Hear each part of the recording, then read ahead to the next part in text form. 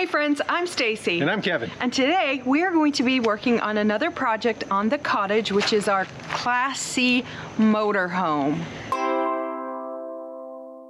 She's fairly old. Yeah, she's feeling her age. How old is she? 2004, so she's almost 20 years old, and you know, the older you get, the more things kind of shift and change. Yeah, need a little lift, a little tuck, a little shine.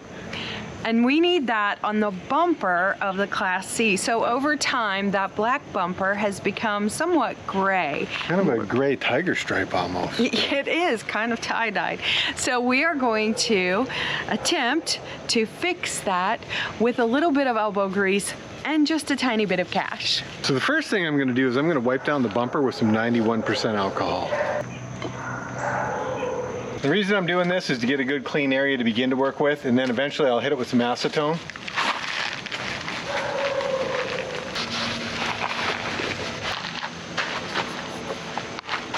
So we're using a Rust-Oleum trim and bumper paint to paint the bumper to give it that fresh new look.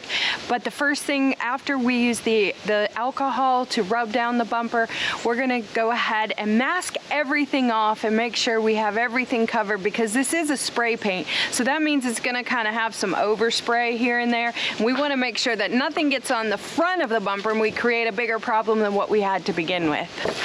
So we have some cardboard, some paper, masking tape, and it's the painter's kind, the frog kind, and blankets. And we're gonna get everything covered up really good.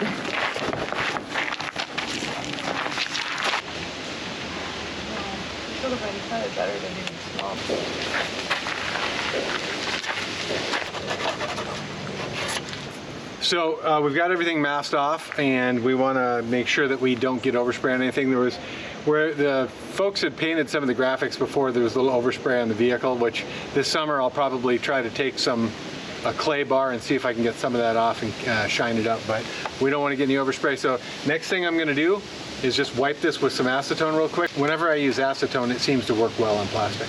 I recommend wearing a glove.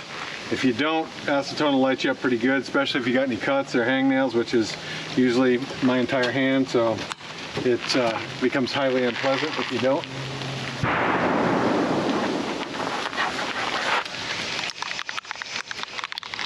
Shake it good, baby.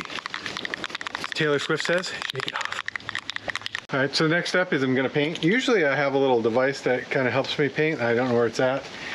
Don't have time to go grab something. So I wouldn't recommend painting in an area that's as shadowy as this, but when you've got a big rig this big, you can only park at certain places. So we're just gonna be careful, make sure we don't get runs with the shadows on everything. So as I'm spraying, of course, you always want to do light coats back and forth.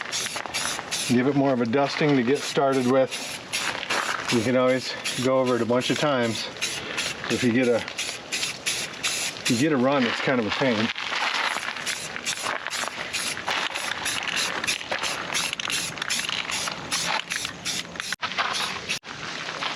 I don't know if you can see very good with the shadows, but that is looking real good and so much better than it did look with the tie-dye gray. Wow, the bumper looks so great. It looks like a brand new bumper.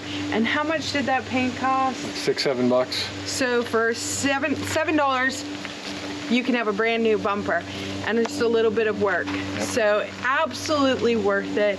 Gave us a fresh new look, and I'm really excited about how it turned out. Me too. So for more videos like this, you can go to our channel and click on any one of our playlists, or you can visit our website at www.befreebenson.com. Also, if you found value in this video, go ahead and give us a thumbs up. Also, if you would subscribe to our channel, that would really help us out. And as always, doing things yourself, putting in a little bit of work, saves you money and allows you to be free. See you in the next video.